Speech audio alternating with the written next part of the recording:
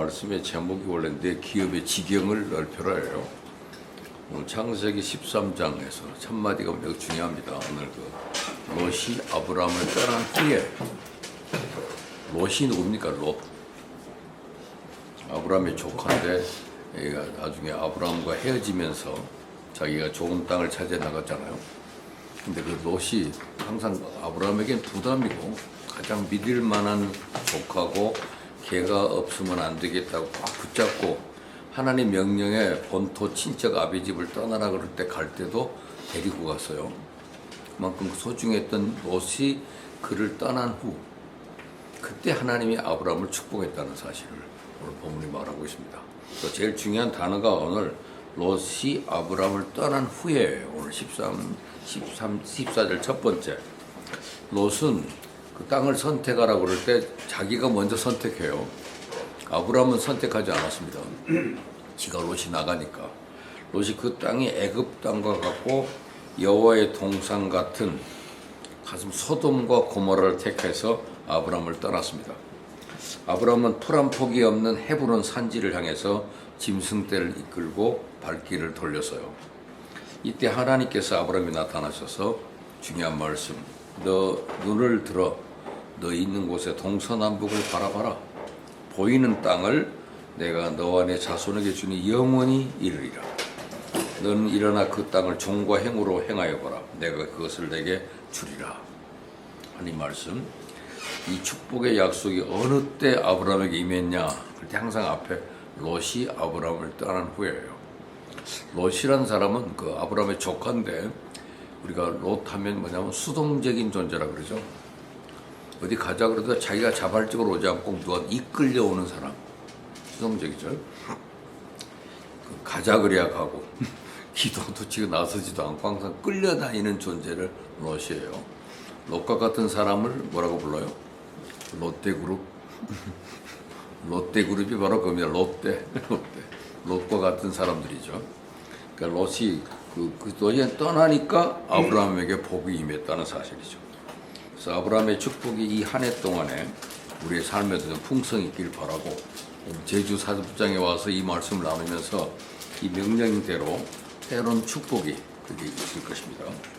근데 복이 언제 임했냐 그랬더니 롯이 아브라함을 떠난 후에 임했다는 사실. 롯이 어떤 사람입니까? 조금 범위 앞에 그 10절 말씀을 보면은 요단을 바라보니 애굽과 같더라 그랬어요. 청소년기에 해외 유학을 갔다든지 뭐 화려한 곳을 갔다 온 아이들이 인생을 망칩니다. 애굽 땅을 미리 청선실에 경험을 해요. 바로에게 그 아내를 뺏겼잖아요, 아브라함이. 국빈 대우를 받잖아요. 그 처남이 된 거니까 와이프를 팔아가지고. 그런데 그때 그 애굽의 화려함, 그것을 어린 시절에 경험하고 나니까 나중에 땅을 다시 이 팔레스타인 지역으로 갈 때는 거기서 자꾸 마음이 그쪽에 가 있는 거예요. 그래서 그 땅을 타다 보니 꼭 애굽 땅과 같고 좋은 땅. 그때 소돔과 고모라를 하나님 멸하시기 전에 그 땅이 상당히 화려했던 것 같습니다. 그쪽을 청소년기에 화려한 것을 경험하고 나면 나중에 후진대 가서 일을 못한다 이 말이에요. 거기서 그쪽을 그리워하는. 그것을 떠나버렸다는 거죠. 롯은 일찍이 그 가나안의 흉년이 들었을 때 아브라함을 따라 애굽으로 갔던 인물입니다. 애굽에서 나온 아브라함은 다시는 그 마음을 애굽에 안 뒀어요. 애굽으로 갔다가 시급했잖아요. 애굽이 가까우니까 마음에 두려움이 생겨서 자기 아내를 향해서 뭐라고 그래요? 너 나 거기 가서 오빠라고 불러라 그러죠. 그게 오빠 원조입니다. 자기 최초에 사라한테 나한테 오빠라고 그래. 네가 너무 이쁘니까 그 사람 너를 데려가려고 나를 죽이면 어떡하냐. 근데 그 가나안의 문화는 동생은 데려가지 않아요. 핏줄이니까. 그죠? 근데 에집트는 문화가 달라요. 아내면 안 데려가지만 동생은 데려가요. 동생 일이니까 바로 가져가 보내잖아요. 문화의 충돌. 하나님은 어디나 계시다는 사실을 모르고 에집트에서는 이 하나님이 안 통하는 줄 알았던 사람이에요, 아브라함이. 거기서도 하나님은 에집트에서도 다스리신다는, 그래서 지역 신의 개념을 넘치는 것이 창세기의 메시지예요. 그래서 오늘 그 롯이 그 마음에 에집트 거기 갔다가 한번 저 여러분 C급하고 왔잖아요. 사실 아브라함은 돌아왔으니까. 그렇지만 늘 마음이 애굽에 있는 사람은 롯입니다. 그래서 롯은 애굽을 나온 뒤에 그의 마음은 여전히 애굽을 버리지 못했어요. 애굽은 풍요롭지만 죄악이 많고 향락이 있고 우상을 섬기는 곳입니다. 출애굽 당시에 애굽에 내린 하나님의 재앙은 바로 그들이 섬기던 우상을 응징하신 하나님의 심판이었죠. 너는 성경의 고린도후서 6장 14절에 보면 너희는 믿지 않는 자와 멍에를 같이 하지 마라 그랬어요. 우리가 하나님의 임재와 은혜를 체험하는 길은 우리들의 삶에서 롯을 추방해야 돼요. 향락과 우상을 제거해야 돼요. 애국과 같은 세상에서 구별되어야 되기 때문입니다. 오늘 그 13장 1절에 보니까 소돔 사람은 악하여 여호와 앞에 큰 죄인이었다 그래요. 죄악을 버려야 되는데 롯이 떠났다는 말은 정욕을 떠났다는 말이에요. 롯이 바라본 요단들은 여호와 동상 같고 애굽 땅과 같았다. 10절에 그렇게 나와 있어요. 같아 보여서 우리를 현혹시키는 것이 정욕입니다. 창세기 3장 6절에 보면 이브가 타락할 때 그 선악과를 딱 쳐다보니까 먹음직도 하고 보암직도 하고 지혜롭게 할 만큼 탐스럽기도 한 나무라 그래서요. 보암직하고 먹음직한 것은 세상 정욕입니다. 이 정욕을 다스릴 때 우리는 하나님의 축복을 체험할 수가 있습니다. 그래서 오늘 롯이 아브라함을 떠났을 때 하나님을 선택했던 아브라함은 어떤 축복을 경험하게 됐냐면 하나님이 찾아오시는 복을 체험하게 됩니다. 자녀가 없는 어른들 보면 조카라도 자식처럼 생각해요. 하나님께서도 너는 본토 친척 아비집을 떠나라 그럴 때 엄밀한 의미에서 아브라함은 친척을 떠나지 못했어요. 자기 조카 롯에 대한 집착이 있었습니다. 그 동생의 아들인데 아들 하나에 아무도 없어요. 동생이 죽고 아들 하나 남은데 그 아들을 내가 마음으로는 자식처럼 생각하고 데리고 간 겁니다. 그 롯을 버리질 못하는 거예요. 그래서 아들처럼 의지하고 사랑할 대상으로 생각했던 재산 문제로 분규가 일어났을 때 아브라함이 롯에게 해준 거 보면 친척이 해준 것이 아니라 아들에게 보여줄 수 있는 아버지의 사랑을 보여줍니다. 네가 동으로 가면 내가 서로 갈게. 네가 좌하면 나는 우할게. 그때 양보하고 참습니다. 먼저 선택하라고 하고 그가 선택한 일에 대하여 괘씸하게 생각하지도 않았어요. 완전히 아들을 대하는 심정입니다. 객지에 와서 서로 의지하며 살 뿐더러 나이를 먹어가면서 아브라함에게 있어서 롯은 더욱 큰 존재로 부각되어졌습니다. 그래서 그 롯을 데리고 떠날 때 아브라함의 나이가 75세였다고 창세기 12장 4절에 나와요. 그때 나이가 들어갈수록 더욱더 롯을 의지한단 말이에요. 그런데 오늘 그 롯이 떠나간 후 롯이 살던 집뿐만 아니라 롯이 차지하고 있던 마음의 공간도 텅 비어버렸을 것입니다. 롯이 떠나고 났을 때 아브라함에게 찾아온 마음이 바로 외로움입니다. 영어를 쓰는 사람들 중에서 영어 중에서 가장 우울하게 만드는 게 뭐냐고 조사해 보니까 외로움이란 단어래요. loneliness. 위대한 과학자 아인슈타인도 사람에게 존경받고 널리 인정받을 때 이상한 일이다. 세상 사람들이 모두 알아주는데도 나는 사무치게 외롭다. 이런 말을 했다고 그래요. 외로움을 느낀 어떤 특정한 사람들이 있는 건 아니고 우리가 이 땅에 살아가면서 외로움에서 벗어날 수가 없습니다. 직장을 잃어버리고 무거운 걸음으로 집으로 돌아올 때 축 처진 어깨와 걸음걸이에 외로움을 찾아올 수 있고 사랑하는 사람을 하나님 나라로 먼저 보내고 난 후에 홀로 이 땅에 살아가야 될 망연자실, 허공을 향한 눈동자에서도 외로움을 느낄 수가 있습니다. 제 아들도 그 아내가 갑자기 신호염 때문에 병원에 응급실에 실려갔다가 병원에 입원해가지고 있으니까 졸지가 육아를 책임진다는 일이 굉장히 어렵더만요. 우리 권 대표도 이번에 아들 하나 육아에 얼마나 신경 쓰입니까?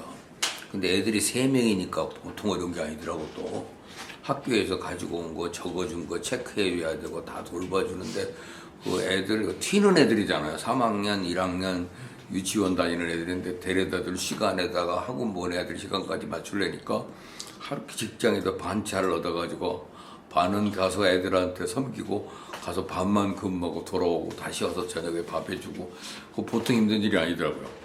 이건 월요일날 스리랑카 떠나기로 했던 사람이 일주일 연기했더라고. 그래서 아이들을 돌봐야 되는 건데 보니까 외로운 얼굴을 하고 있더만요. 외로운 거야. 그래서 일찌감치 가서 뭐 먹을 것도 갖다 주고 챙겨준다고 우리가 도와줘도 그 본인에게 늘 찾아오는 게 외로움인 것 같아요.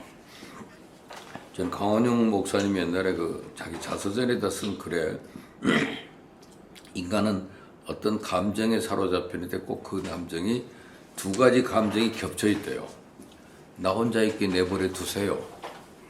그런 leave me alone 하는 마음도 있고 때로는 나 혼자 있게 내버려 두지 말아요. 그러는 감정이 항상 마음이 교차된다고 그러더라고요. 인간의 마음은 기후와 같아요 그러더라고요. 내비둬. 나 혼자 알아서 할 테니까. 그러면서도 또 나 혼자 내버려 두면 왜 나 혼자 있게 내비둬? 그러면서 그 갈등을 부리는 것이 인간이라는 거예요. 근데 오늘 롯을 떠나보내고 난 다음에 아브라함이 외로워요. 그래서 그 사랑하는 딸과 아들을 시집장가 보내고도 갑자기 돌아오는 부모의 외로움은 딸 시집 보내서 시원하겠어요? 그런 말 절대 하면 안 됩니다. 외로워요, 외로워. 때문에 그 외로움을 겪어보지 않은 사람들은 잘 모른다는 겁니다. 나이가 들어서 점점 사람들이 나를 위해 주는 것 같아도 사회의 주변인으로 몰려갈 때도 외로움은 찾아옵니다. 그리고 회복될 수 없는 중한 병에 걸렸을 때는 죽음만이 나에게 마지막 남은 결론이라고 생각을 가진 사람도 외로움은 어김없이 찾아와요. 그것은 단순히 느끼도록 우리에게 찾아오는 것이 아니라 우리의 살갗을 파고들며 시리도록 우리 인생을 괴롭히는 겁니다. 서정윤 시인이 홀로서기라는 시를 썼는데 나는 여기 있는데 네 마음은 어디를 다니고 있는지 아직 알 수가 없구나 하는 표현으로 외로움을 나타냈습니다. 외로움에서 누구도 자유할 수가 없어요. 외로움은 삶의 의욕을 꺾어버립니다. 성수대교가 무너질 때 죽은 딸을 잊기 위해 몸부림치던 아버지가 7년 만에 자살한 사건이 있었어요. 무엇을 말합니까? 외로움을 극복하지 않으면 삶의 의욕을 잃어버리고 죽음으로 우리 인생을 몰고 간다는 겁니다. 외로움은 우리 용기를 빼앗아 버립니다. 외로움은 인생을 밝게 볼 수가 없게 만들어요. 삶의 여정을 더 이상 진행할 수 없게 만들어 버립니다. 무엇이 옳고 그른 것인지, 무엇이 좋고 나쁜 것인지, 무엇을 먼저 하고 나중에 해야 하는 것인지 판단력을 잃어버리게 하죠. 한마디로 우리 인생을 방황하게 만드는 것이 외로움입니다. 외로움은 우리 인생을 우리답게 살지 못하게 중단시키는 마음의 병이고, 그렇지만 누구든지 찾아오는 병이라고 생각할 때 아브라함의 외로움 속에 주님이 찾아왔다는 것은 놀라운 일입니다. 아브라함은 하나님을 선택한 거예요. 오히려 하나님을 선택했기에 그에게 외로움이 찾아왔습니다. 이 외로움은 하나님의 계명을 온전히 순종한 다음에 온 것이라고 볼 수 있겠죠. 이사야 51장 5절에 아브라함이 혈혈단신으로 있을 때 내가 그를 부르고 찾아가서 그에게 복을 주어 창대케 하였느니라 그랬어요. 홀로 남은 아브라함을 아무도 도와줄 수 없고 위로할 수 없는 그때 하나님이 아브라함을 찾아가서 만나주시고 부르시고 창성케 하셨다는 말씀입니다. 여러분, 외로울 때 하나님께서 찾아오신 것이 왜 우리에게 복이 되느냐? 외로움은 삶의 의욕을 빼앗아가고 용기를 빼앗아갑니다. 우리에게 분노하게 하고 사랑할 사람에게 아픔과 상처를 주기도 해요. 그렇지만 주님은 외로운 사람에게 찾아오셔서 놀라운 소식을 선포합니다. 우리를 외로움에서 건져줄 수 있는 능력과 마음을 가지신 분이 바로 주님이에요. 우리의 구원자가 되시기 때문에. 우리에게 찾아온 분이 누구냐? 그분이 바로 우리의 창조주입니다. 나를 만드신 분, 내 마음과 감정, 내 육체까지 창조하신 창조주 하나님, 나를 날마다 새롭게 만드실 그분, 새롭게 만드실 분이 바로 주님이에요. 그 주님은 나를 사랑하는 분입니다. 세상에 사랑을 전할 사람이 나밖에 없는 것처럼, 나만 위해 이 땅에 오신 것처럼 나를 위해 찾아오시고 포기하지 않는 사랑으로 나를 격려하시고 일으키시고 나와 동행하시는 분이 바로 그분입니다. 그래서 오늘 롯이 아브라함을 떠난 후에 누가? 여호와께서, 하나님의 이름이잖아요. 그 여호와께서 아브라함에게 말씀하시잖아요. 놀라운 얘기입니다.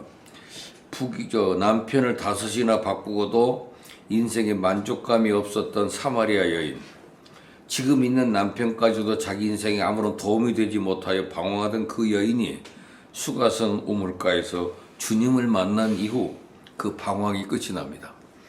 유명한 복음성가도 있잖아요. 우물가의 여인처럼, 그런 거예요. 그의 삶의 궤도가 달라지고 인생 방향과 걸음이 달라지게 된 사건이 요한복음 4장의 얘기입니다.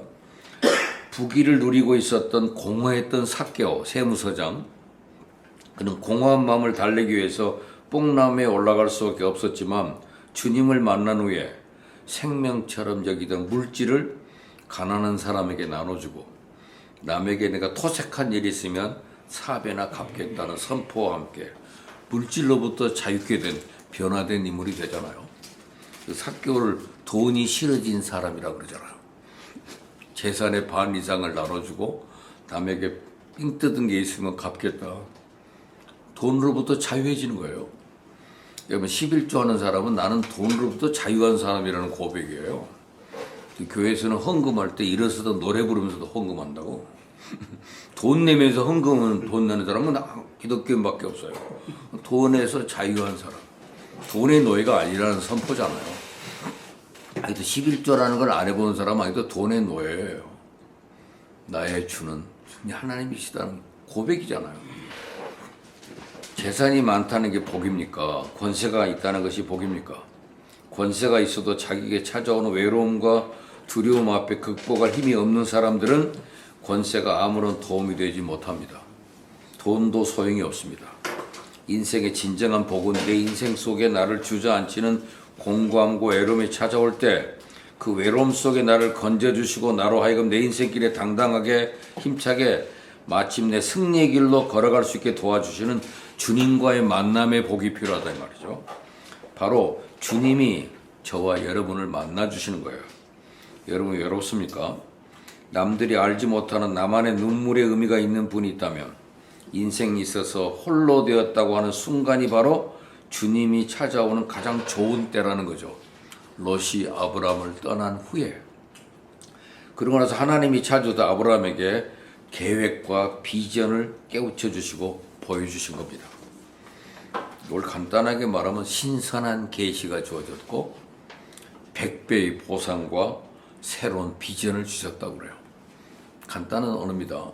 언어가 새로워요. 오늘 롯이 아브라함을 떠난 다음에 아브라함에게 하나님이 찾아오셔서 주시는 말씀은 매우 신선해요. 오늘 우리가 항상 기대하는 것이 매주 신선한 말씀을 원하잖아요. 신선한 계시며 100배의 보상, 새로운 비전을 준 겁니다. 그래서 참되고 복된 은혜. 그래서 오늘 그 내용이 15절, 16절이 바로 그거죠. 지금 아브라함이 뭘 보고 있습니까? 동쪽을 보면 비옥한 땅과 아름다워 보이는 땅, 롯이 선택한 땅이 있어요. 그리고 자기가 있는 땅은 척박하고 기근이 있는 땅입니다. 14절 말씀 보면 하나님께서 말씀하실 때 너 있는 곳에라고 그랬어요. 너 있는 곳에, 그렇죠? 기근이 있는 땅이잖아요. 아브라함이 서 있는 자리가 어디냐면 롯이 떠난 외로움의 자리, 또한 비옥한 것과 물질, 행복과는 상관없는 척박한 황무지에 서 있는 것입니다. 근데 하나님은 너 있는 자리에서 보이는 것이 네 인생 속의 전부가 아니라고 말씀하는 겁니다. 보이는 것이 다 아니다 그러잖아요. 그 이면 속에 내가 너를 위하여 숨겨둔 계획과 놀라운 꿈과 비전을 하나님이 설명해 주기 시작합니다. 얼마만큼 섬세하게 설명한 줄 아십니까? 본문 속에 내가 주리니, 내가 하리니 라고 하는 표현이 3번이나 나옵니다. 이 표현은 하나님께서 분명히 약속하신다는 것과 새로운 관계를 수립하고 특별한 어떤 것을 책정할 때 쓰는 단어예요. 내가 너를 위하여 특별히 구별해서 보여주겠다. 구체적으로 무엇을 말하는 겁니까? 그것은 후손이 많아지겠다는 것과 그 땅을 후손에게 주시겠다는 하나님의 약속이에요. 어쩌면 불가능해 보입니다. 현실의 눈으로는 이해할 수 없는 사실. 그러나 주님은 아브라함이 현실의 눈을 넘어서서 하나님의 방법으로 하나님의 꿈과 비전을 아브라함에게 보여줍니다. 10절 말씀에 롯이 눈을 들어 그랬는데 14절에는 아브라함이 눈을 들어라고 표현이 동일하게 나와요. 10절에 보면 롯이 바라본 즉 그랬는데 14절에 아브라함이 바라본 즉 10절에 롯이 온 땅을 보았는데 15절에 아브라함은 역시 모든 땅을 바라봤습니다. 12절에는 롯이 장막을 옮겨라는 표현이 나오는데 18절에 아브라함이 장막을 옮겨 똑같은 대조적인 상황이 나옵니다. 근데 롯이 소돔과 고모라를 선정하는 과정을 동일하게 주님께서 반복하시면서 보여주는 겁니다. 앞에 롯이 했던 이 사건의 주어는 롯 자신입니다. 성경은 이렇게 말해요. 롯이 스스로 선택했다는 거예요. 자신을 위해. So Lot chose for himself. 스스로 선택했다. 그런데 아브라함은 하나님이 명령하셔도 그가 고개를 들고 땅을 바라보고 그 명령에 따라 삶의 자리를 옮긴 겁니다. 그게 차이예요. 그러니까 롯은 자기 자신을 바라보고 선택한 것을 욕망이라고 합니다. 그러나 아브라함이 본 것은 하나님이 바라보라 그래서 바라보는 것은 비전이에요. 주님이 찾아오시도 우리를 만나주니 그게 끝이 아니야. 내 눈앞에 보이는 현실이 전부가 아니야. 그 너머에 너를 위한 계획이 있다. 라고 말씀하실 때 우리 꿈과 비전이 있으며 그게 바로 복이라는 겁니다. 축복이 뭡니까? 우리가 살아가는 현실 너머에 있는 나를 향한 하나님의 꿈과 비전이 보여질 때 복이라고 말하는 겁니다. 아브라함이 이 복을 받은 겁니다. 하나님께서 그를 향해 베푸신, 좀 더 신학적으로 표현하면 이때부터 아브라함에게 이방인에 대한 비전을 보여줬다는 겁니다. 내 인생의 삶의 현장에서 좋은 거 다 뺏기고 남은 것이라고는 척박한 땅과 외로움 속에 있다 할지라도 나를 축복하시고 나를 위해 독생자를 주신 하나님의 비전을 보면서 눈물을 거두고 일어설 수가 있는 것, 그리고 그 여유를 가질 수 있을 때 이것이 복이에요. 요즘 서부연합회는 그 이강락 대표에 의해서 강의를 들으면서 월드 베스트 기업 월백이라고 그러더만요. 그 대단한 복을 누리더만요. 양반이 그 강의를 들으면서 그 세계 최고의 강사가 와서 강의를 하는 거예요. 그거 듣는 사람은 복이에요, 사실은. 근데 그거 난 바빠서 조금 시간 없어 못 본 사람은 안 된 거야. 참 사람들은 기회를 놓치더라고 보니까. 요즘 점점 더 많아진다면서 더 모여들기 시작하고 그 배운 게 좀 월백이가 나올 것 같습니다. 월백이가 정말 어스트 베스트 기업이 나올 것 같아요. 서부연합회장하는 김기택도 요새 너무 좌절과 어려움이 많았다가 거기 갔다 오면서 또 팍 뭐가 생겨가지고 새로운 비전을 발견해가지고 놀라운 힘을 얻고 있더라고요. 그걸 바라본다는 거, 비전을 찾는다는 거, 이건 대단한 일이거든요. 내게 애지중지하고 요것 없으면 안 된다고 떨고 있었던 그 롯이 떠난 후에 하나님께 아브라함에게 이런 복을 주셨다는 거잖아요. 아브라함이 주신 복은 미래적 축복의 약속입니다. 아까도 말했던 대로 세 가지 신선한 계시였으며 거기엔 100배의 보상, 새로운 비전이 있었습니다. 17절에 너는 일어나 그 땅을 종과 행으로 행해봐라. 내가 그것을 내게 주리라. 하나님께서는 일찍 이스라엘 백성이 너희가 발바닥으로 밟는 것은 다 너희의 소유가 된다 그랬어요. 하나님이 아브라함에게 주신 복은 우선은 육적인 복입니다. 네가 밟는 땅을 내게 주리라. 기업의 축복이에요. 네가 바라보는 모든 땅을 내게 주라는 풍성한 기업의 축복. 더하기 16절에 보면 내가 네 자손으로 땅에 티끌같이 하리니 사람이 땅에 티끌을 능히 셀 수 있을진데 네 자손도 세리라. 본문의 말씀입니다. 티끌같이 수많은 자손들을 자손이라고 말하면서 단수로 썼어요. 이 말씀은 갈라디아서 3장 16절 말씀처럼 이 약속은 아브라함과 그 자손에게 말씀하신 것인데 여럿을 가리켜 자손이라고 하지 않고 오직 하나를 가리켜 네 자손이라 하였으니 곧 그리스도라 그랬거든요. 이는 아브라함, 이삭, 야곱 그리고 다윗의 뿌리에서 나실 예수 그리스도를 통하여 아브라함의 영적 후손들이 받을 구원의 축복을 말하니까 영적인 축복입니다. 그래서 오늘 아브라함은 지금 육적인 복, 영적인 복을 같이 받는 거예요. 아브라함이 받은 6개 기업의 지경이 발 닿는 곳 땅끝까지 이르기를 소원하고 아브라함의 영적 후손이 되는 우리들과 우리들의 후손의 후손 위에 풍성한 영적 축복이 임한다는 사실이죠. 그리고 난 다음에가 오늘 중요한 말씀이 18절입니다. 18절 보세요. 본문을 17절까지밖에 안 써놨습니까? 네. 본문이 17절까지예요? 네, 17절. 18절로 확대합시다. 이에 18절. 이에 아브라함이 장막을 옮겨 헤브론에는 마물의 상수리 수풀에 이르러 거하며 거기서 여호와를 위하여 단을 쌓았더라. 기업의 축복은 예배의 제단에 임했다는 사실이에요. 18절이 예배의 축복입니다. 오늘 방문 예배라는 거 예배 자체가 매우 소중한 거예요. 이 자리에서 예배를 드린다는 거. 하나님의 임재를 확인하는 신앙 고백적인 행위예요. 이것은 아브라함이 낯선 땅에서 하나님께 제단 쌓기를 게을리하지 않은 것은 하나님이 함께 하시면 천군 만마를 거느린 것보다 더 큰 능력이고 힘임을 알았기 때문입니다. 성도들에게 가장 큰 하나님의 축복은 하나님이 함께 하시는 겁니다. 야곱도 그랬고 요셉도 그랬고 모세도 그랬고 여호수아도 그랬고 다니엘도 바울도 다 그랬는데 역대상 11장 9절에 보면 하나님이 함께 하시니 다윗이 점점 강성하여가 아니라 그랬어요. 하나님의 임재를 확인하는 신앙 고백, 그리고 하나님과의 교통을 의미하는 거예요. 부모님이 함께 계시는 아이와 그렇지 않은 아이와의 차이는 부모와의 교통입니다. 어른이 돼도 이미 작고하신 부모님이 생각날 때가 많아요. 비록 부모님의 조언이 현실성이 없다 해도 그 말씀을 듣고 나면 힘이 되고 용기가 돼요.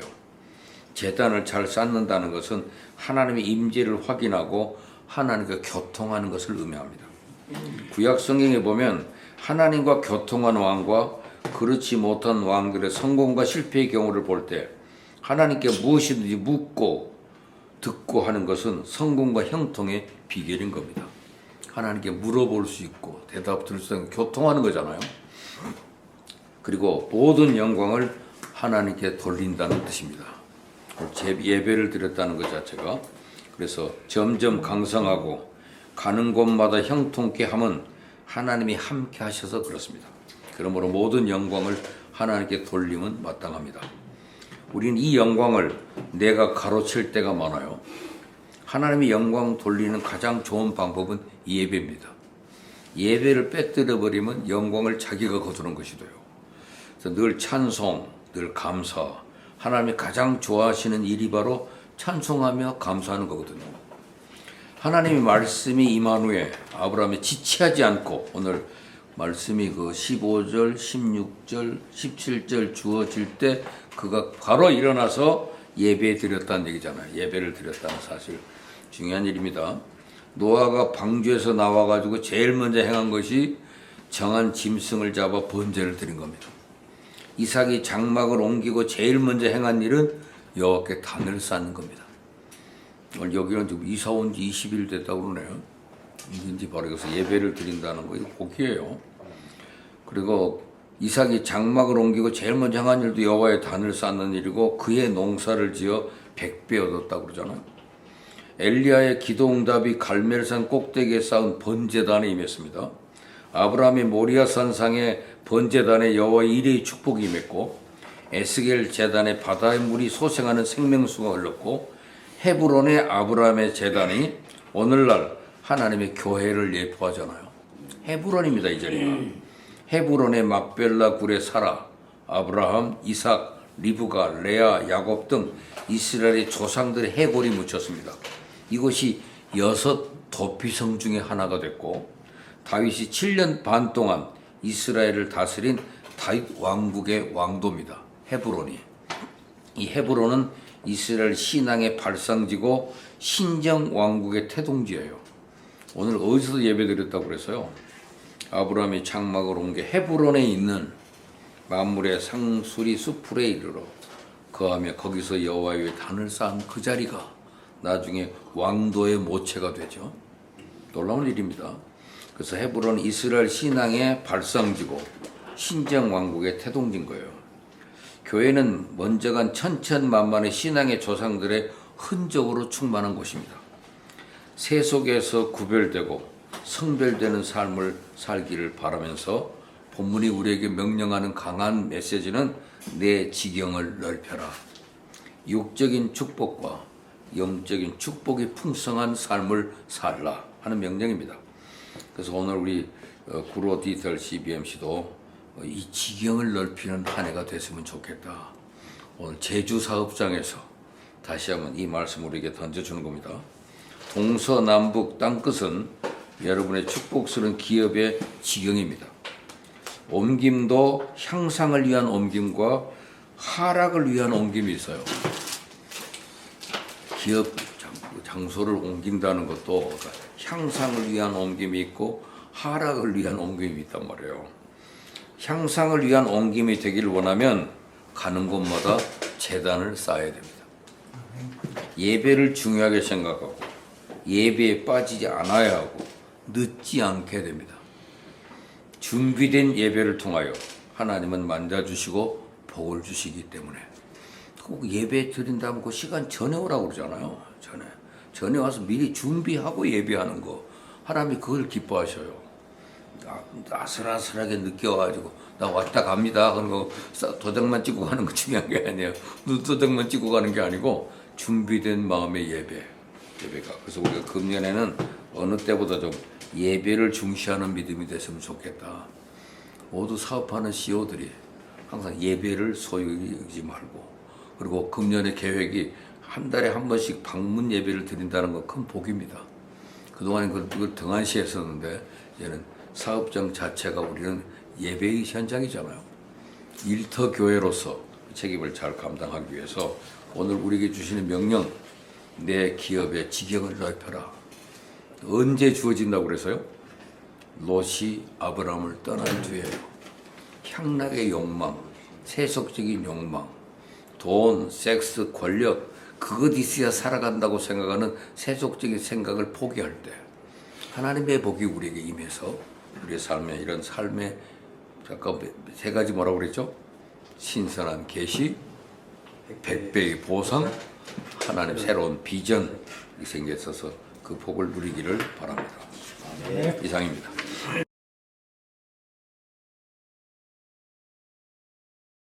주님의 말씀을 전하신 박 교수님께 다시 한번 박수를 보내드립니다.